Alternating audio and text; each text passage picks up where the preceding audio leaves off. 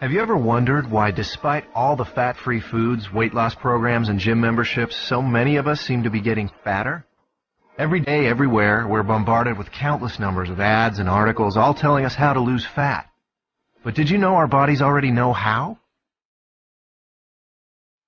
As we eat, our body converts our food into glucose, a simple sugar that travels through our bloodstream.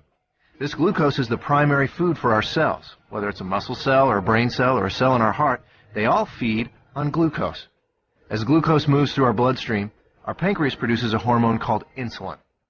Insulin is the gatekeeper of our cells. It opens the door, allowing glucose to enter and be used for our energy needs. Without it, our cells can't be fed. What if we eat more than we need? Well, along with our brain cells and muscle cells, we also have fat cells. Our cells never eat more than they need, so when we have more glucose than our cells can use, the excess amount is stored in our fat cells where it is converted into free fatty acids. Once the glucose is out of the bloodstream, with our cells having been fed and the surplus having been stored away in our fat cells, then insulin closes the doors to our cells and slowly leaves our body. When our body needs more energy, or glucose, and we don't have any food handy, it turns to the fat cells and the free fatty acids stored inside them. The free fatty acids leave our fat cells and go right back into the bloodstream to feed all our other cells. They don't need insulin to open the cell doors. That's why they're referred to as free fatty acids. This natural process of storing fat when you have too much glucose and burning fat when you don't have enough glucose is how your body was designed to work. And in a perfect world, eating a perfect diet, everything works perfectly. Unfortunately, we don't live in a perfect world, and most of us don't even come close to eating a perfect diet. As a result, we don't benefit from this natural process very often. Instead, we suffer by storing too much fat and rarely, if ever, burning any. Let's take a look at a typical breakfast in our imperfect world. When we get up in the morning, the first thing most of us have is a breakfast fairly high in sugar and processed foods. When this kind of food enters our body, it's converted into glucose very quickly and rushes into the bloodstream. The more sugary the food, the faster and higher our blood sugar or glucose level rises. Our pancreas senses this sudden spike in glucose and responds by pumping out the insulin, creating an insulin spike to correspond to the fast-rising glucose. The insulin does its job and opens the doors to our cells. All our working cells are fed, and all the excess glucose is then stored in our fat cells. Now, this process happens fast. Once insulin arrives, the glucose level in our bloodstream goes back down pretty quickly. However, it takes much longer for insulin to leave our body. So even though the glucose level in our bloodstream comes down fairly quickly, our insulin level remains high, and this can be a significant problem because as long as there is insulin still in our body, we can't access the free fatty acids stored in our fat cells.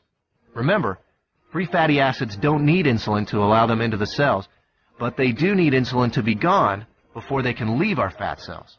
Our body needs to eat continually. Free fatty acids can't leave the fat cells. On come the cravings, the irritability, and so we eat. Our glucose levels spike right back up, our body releases even more insulin, the doors open, the cells are once again fed, and excess glucose is put into our fat cells.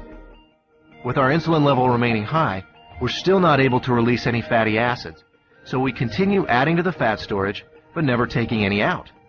This cycle continues through lunch, mid-afternoon snacks, dinner, and so on. We literally end up bathing our bodies in insulin all day long, and for much of the night. After a while, all that insulin takes a toll. We age much faster than normal, and many of us develop type 2 diabetes. There is a way to break this cycle, a simple, natural way to restore our body's natural fat-burning process.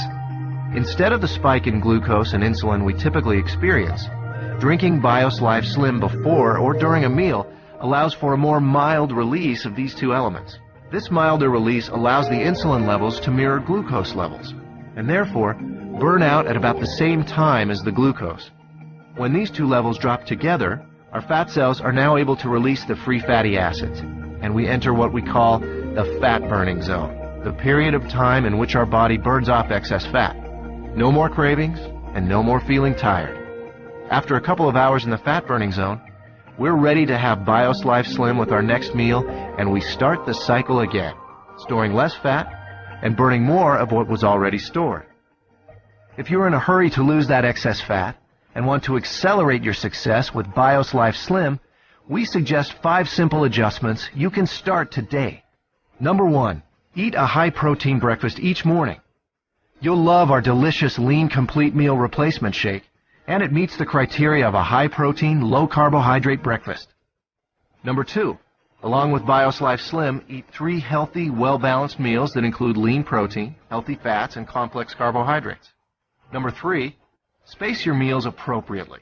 Allow at least 4 hours between breakfast and lunch, 4 hours between lunch and dinner, and 12 hours between dinner and breakfast, allowing your body to burn fat even while you sleep.